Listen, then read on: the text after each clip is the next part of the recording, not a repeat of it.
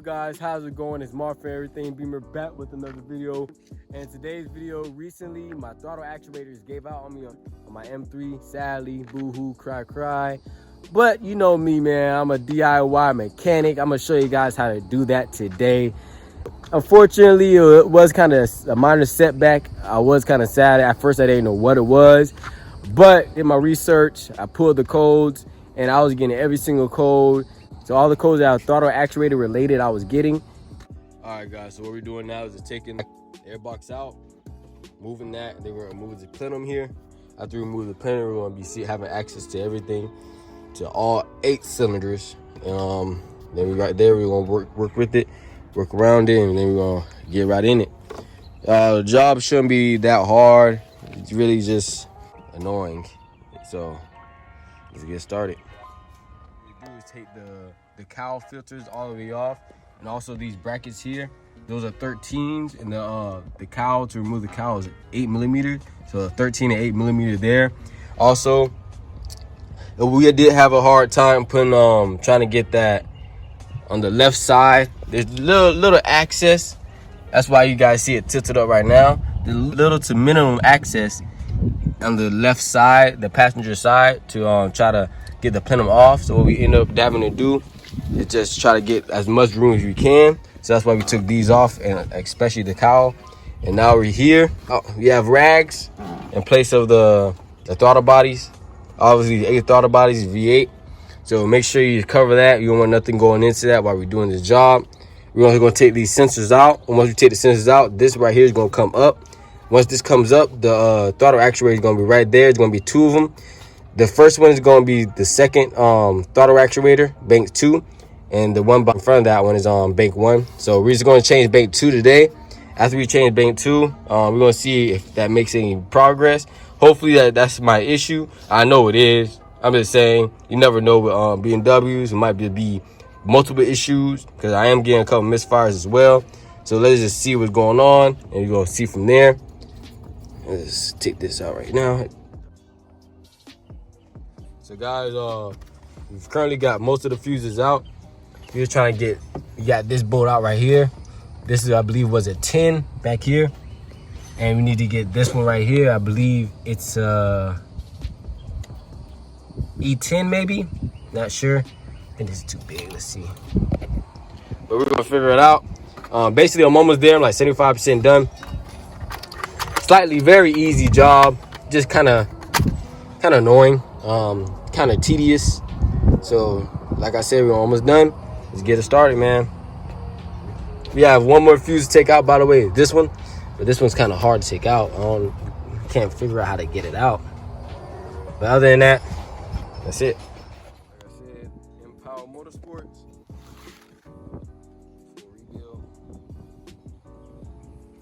Including gears, electronic, everything.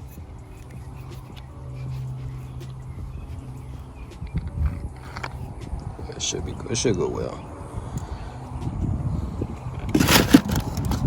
Like I said, usually when this happens, you should replace both of them. I'm only replacing one because this is a freak accident, a freak of the moment, honestly.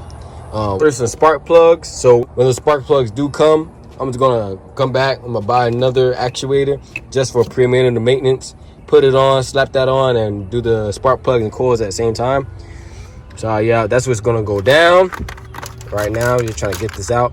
Got 2 more, this one and this one. We're having a hard time getting out for some reason, but shouldn't be that hard.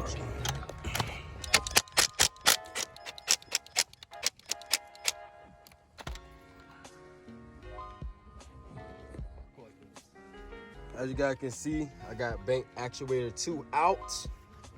I advise you guys to leave, when you do this job, leave these bolts on here, loosen them up as loose as you can, and then just, like, you know, take it out with your hand and just guide it through. Because once you take these bolts out, unless you got a really small hand, these are going to be a pain in the butt for you to, like, put them back in. So that's my little advice. Other than that, it's pretty easy, just a little intricate with all the little fuses and stuff like that. But once you get the fuses out the way, very easy. Make sure you take this little pulley off. I've used WD-40 for this. this little joint. So make sure you do that as well.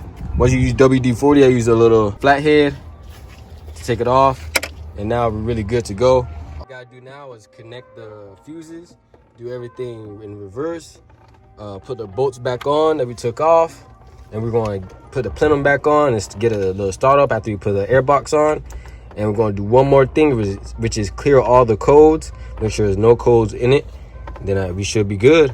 Guys, so I finally put everything together. As you can see, I still got to do the cowl and the filters and stuff like that, but for the most part everything's done. I'm gonna go in my car real quick and just check the codes. Clear these codes real quick. All right.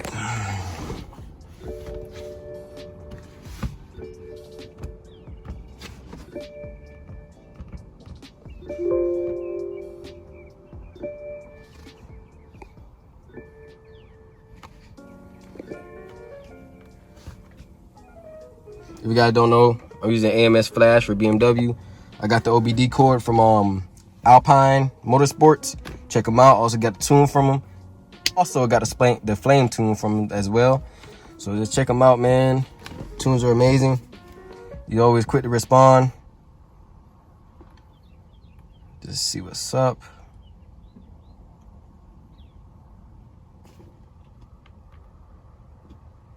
Okay, diagnostics. Read trouble codes. All right, clear them again.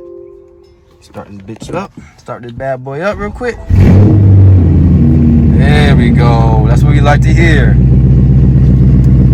As you guys can see, above our 4 RPMs, you guys don't see any, basically nothing.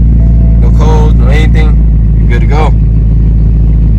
Yes, sir. Major thing I want to tell you guys when doing that install is that when you do it, be patient. A lot of things can go wrong if you're, trying to hurry up and get it done fast. So that's just a patient job. You gotta take it easy and just be patient. Just let everything go. When you take the fuses off, don't be in a rush to take off the fuse. Don't be in a rush to do anything like that, because that's how things break and that's how things snap. That's my little quick advice. Also, I am going to be doing my spoiler install right now as well. So you guys stay tuned for that. All right, so this is the spoiler. I got my 3M tape here. I'm just gonna lay it down on the trunk, and then yeah, we're just gonna get started with this. Lay it down, see how it goes, see how it fits, see if it fits well. But before I do that, I am going to just a little dew here. I'm just gonna wipe it down.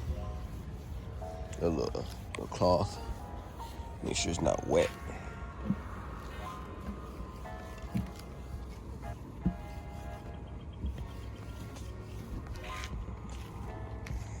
Yeah, it still looks a little wet, but oh well.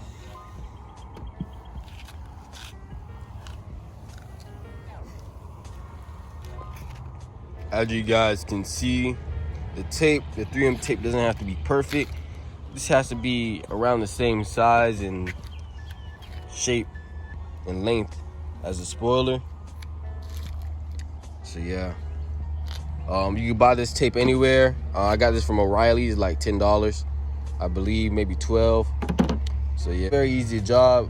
Now we just gotta pinpoint where you want to put it and make sure it's fit snug, and also make sure that it won't fall off when you're driving. That's the most important part.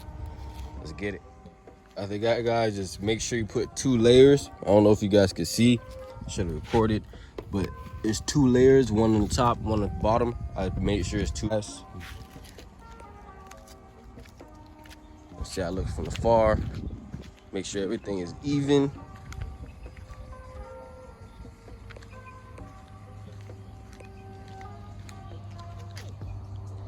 Seems like everything is good.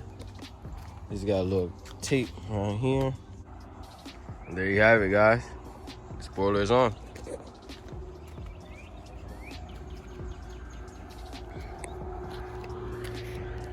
Like I said, the spoiler is used. Ooh, take this knife off. Oh, I want scratches on my car now. But anyway, like I said, the spoiler is used. So you might see it's not perfect, But a spoiler is a spoiler. To me, I'd probably get a new one later, probably have a carbon fiber one. But for now, this is perfect for me. Let me show you what it got look like from far. Yeah, it's fire. That being said, guys, I appreciate you guys for watching. This is Marv from Everything Beamer signing off.